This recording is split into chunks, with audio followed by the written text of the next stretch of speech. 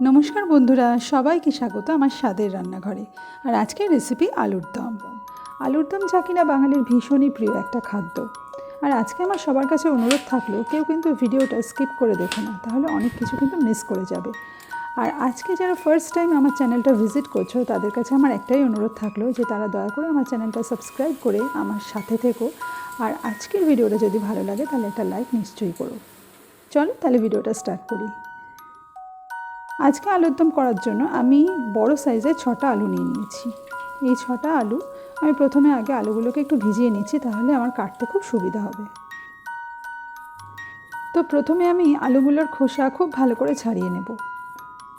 দেখব যাতে গায়ে একটুও খোসা লেগে না থাকে। তো আমার আলুগুলোর খোসা ছাড়ানো হয়ে গেছে। তো এবার আমি আলুগুলোকে এইভাবে 4 টুকরো করে কেটে নেব। প্রথমে মাঝখান থেকে একবার কাটবো, তো তারপরে আরেকবার কাটবো। এইভাবে আমি সবকটা আলু 4 টুকরো করে কেটে নেব। এইবার আমি একটা বাটির মধ্যে আলুর টুকরোগুলো সব নিয়ে নেব। নিয়ে আমি ভালো করে জল দিয়ে ধুয়ে আলুগুলোকে একদম জল ঝরিয়ে ঝুড়িতে একদম শুকনো করে রেখে দেবো, যাতে যখন আমি আলুগুলো ভাজবো তখন যেন আমার গায়ে একটুও ছিটে না লাগে তেলের। এবার আমি অন্যদিকে পেঁয়াজগুলো ছাড়িয়ে রেখে দেব। এবার একটা বাটি নেব। বাটিতে এইভাবে পেঁয়াজগুলো ঘষে নিতে হবে। অন্যদিকে আমাকে আলুগুলো ভাজতে হবে, তার জন্য আমি প্রথমে গ্যাসটা অন করে নিলাম। এবারে কড়াইটা বসিয়ে নিলাম। এবারে যে যেরকম তেল খান সেই অনুযায়ী তেল দেবেন, তবে আলুর দমে আলুগুলো ফ্রাই করতে গেলে একটু বেশি তেল লাগে, তাহলে খেতে ভালো হয়। তো এইবারে তেলটা গরম হয়ে গেলে আমি আলুগুলো সব ছেড়ে দিচ্ছি। তো আলুগুলো ছাড়া হয়ে গেলে খুব ভালো করে আলুগুলো এইভাবে নেড়ে চেড়ে নিতে হবে। এবারে আমি একটু কাশ্মীরি লঙ্কা গুঁড়ো দিচ্ছি ওপর থেকে। এবারে আবার ভালো করে নেড়ে চেড়ে আলুগুলো যাতে ভালো করে সেদ্ধ হয় তার জন্য একটা আমি ঢাকা দিয়ে দেব। অন্যদিকে আমি পেঁয়াজগুলো ঘষে নিচ্ছি। সবকটা পেঁয়াজই আমি ঘষে নিয়েছি এইভাবে। অনেকে আলুর দমে পেঁয়াজ কুচোনো দেয়, বাট আমি এরকমভাবে পেঁয়াজ ঘষেই দেওয়াটাই আমি প্রেফার করি। তো এই হলো পেঁয়াজ ঘষা। এবার আমাকে টমেটোগুলো এইভাবে কেটে নিতে হবে কুচো কুচো করে। এবার আমি ঢাকাটা আরেকবার খুলে দেখব যে আলুগুলো মোটামুটি ভাজা হলো কিনা। হ্যাঁ, আলুগুলো খুব সুন্দর করে ভাজা হয়ে গেছে আর অনেকটা সেদ্ধও হয়ে গেছে। হ্যাঁ, পুরোটা সেদ্ধ হয়নি, বাট অনেকটা সেদ্ধ হয়ে গেছে। তো এই অবস্থায় আমরা একটা বাটির মধ্যে সবকটা আলু তুলে নিচ্ছি।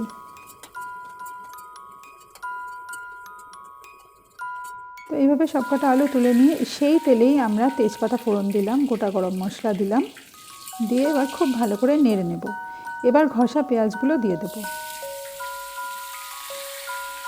ঘষা পেঁয়াজগুলো দিয়ে খুব ভালো করে কিন্তু নেড়ে ছেড়ে ভাজতে হবে। পেঁয়াজগুলো যতক্ষণ ভাজা হচ্ছে ততক্ষণ আমি মশলাটা তৈরি করে নিয়েছি। তার জন্য একটা মিক্সিং জারে কয়েকটা রসুন কোয়া, কিছুটা আদা আমি এইভাবে স্লাইস করে কেটে দিচ্ছি, আর দিয়ে দিচ্ছি 2টো গোটা শুকনো লঙ্কা। যারা শুকনো লঙ্কা পছন্দ করেন না তারা শুকনো লঙ্কার বদলে কাঁচা লঙ্কা খেতেই পারেন, তাতে কোনো অসুবিধা নেই। 3 চামচ টক দই, তার সাথে সামান্য জল। এইবার মিক্সিং জারে ঢাকনাটা আটকে আমি পেস্ট করে নিলাম। তো এদিকে দেখছি আমার পেঁয়াজ ভাজাটা বেশ কিছুটা হয়ে এসছে। তো এইবারে আমি কুচনো টমেটোগুলো দিয়ে দিলাম। এবার টমেটোগুলো এইভাবে পেঁয়াজের সাথে চেপে চেপে এরকমভাবে, ঠিক আমি যেরকমভাবে ভাজছি এইভাবে ভাজতে হবে। টমেটোগুলো যাতে খুব ভালো সেদ্ধ হয়ে যায় তার জন্য সামান্য নুন আর হলুদ আমি দিয়ে দিলাম। দিয়ে আমি আবার ভালো করে নাড়াচাড়া করতে থাকলাম। এইভাবে কিছুক্ষণ ধরে ভালো করে নাড়াচাড়া করতে হবে। গ্যাসের ফ্লেমটা কিন্তু মাঝে মাঝে মিডিয়াম করতে হবে, মাঝে মাঝে লো করতে হবে।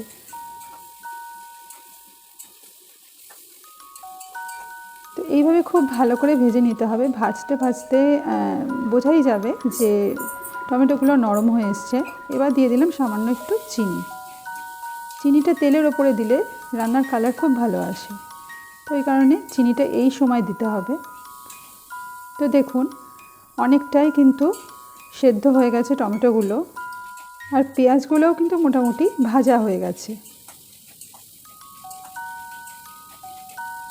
তো এইভাবে কিছুক্ষণ নেড়ে চেড়ে আমরা যে মশলাটা তৈরি করেছিলাম টক দই, রসুন আর আদা দিয়ে, সেই মশলাটা আমরা কড়াইতে ঢেলে দিলাম। তো এইবার খুব ভালো করে নাড়তে হবে। এবার মিক্সিং জারের গায়ে যেটুকু মশলা লেগে আছে সেখানে আমি একটু জল দিয়ে সেই জলটাও ঢেলে দিলাম। তো এইবারে কিন্তু খুব ভালো করে মশলাটাকে কষাতে হবে, অনেকক্ষণ ধরে নাড়তে হবে। দেখতে হবে যে মশলাটা যাতে কড়াইয়ের গায়ে যাতে তলায় যাতে লেগে না যায়। এবারে আমি স্বাদ মতো নুন দিয়ে দিলাম আর দিয়ে দিলাম কাশ্মীরি লঙ্কার গুঁড়ো। এতে রান্নার কালারটা কিন্তু খুব ভালো আসে।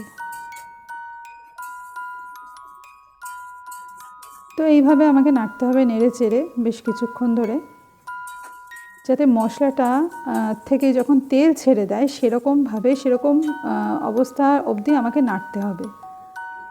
তো মশলাটা মোটামুটি কষানো হয়ে গেছে। এবার আমি এই ভাজা আলুগুলো ওই কড়াইতে দিয়ে দেবো, দিয়ে খুব ভালো করে মশলাগুলো আলুতে মাখিয়ে নিতে হবে। এবার আলুগুলো আরেকটু সেদ্ধ করতে হবে, তার জন্য আমি একটু ঢাকা দিয়ে দিলাম। তো কিছুক্ষণ বাদে, মিনিট 2-3 বাদে ঢাকাটা আবার খুলে দেখতে হবে যে আলুগুলো আর কতটুকু সেদ্ধ বাকি আছে। তো মোটামুটি আমি দেখতে পাচ্ছি সেটা আলুগুলো কিন্তু সেদ্ধ হয়ে গেছে আর মশলাটাও কষানো হয়ে গেছে। তো এইবারে আমি জল দিয়ে দিচ্ছি। যে যেরকম গ্রেভি খান তো সেই অনুযায়ী জল দেবেন। তো আমি যেরকম গ্রেভি খাই আমি সেই অনুযায়ী জল দিয়েছি। তো মোটামুটি আলুর দম কিন্তু আমাদের হয়ে গেছে, আলুগুলো সেদ্ধ হয়ে গেছে। এবারে আমি ওপর থেকে গরম মশলা গুঁড়ো ছড়িয়ে দিচ্ছি। গরম মশলাটা ছড়িয়ে দিয়ে আমি একটুখানি নেড়ে চেড়ে দেবো। অন্যদিকে আমি ধনেপাতাগুলো কেটে নিচ্ছি। এবার ধনেপাতাটাও আমি ওপর থেকে ছড়িয়ে দিচ্ছি। গ্যাস কিন্তু আমি বন্ধ করে দিয়েছি।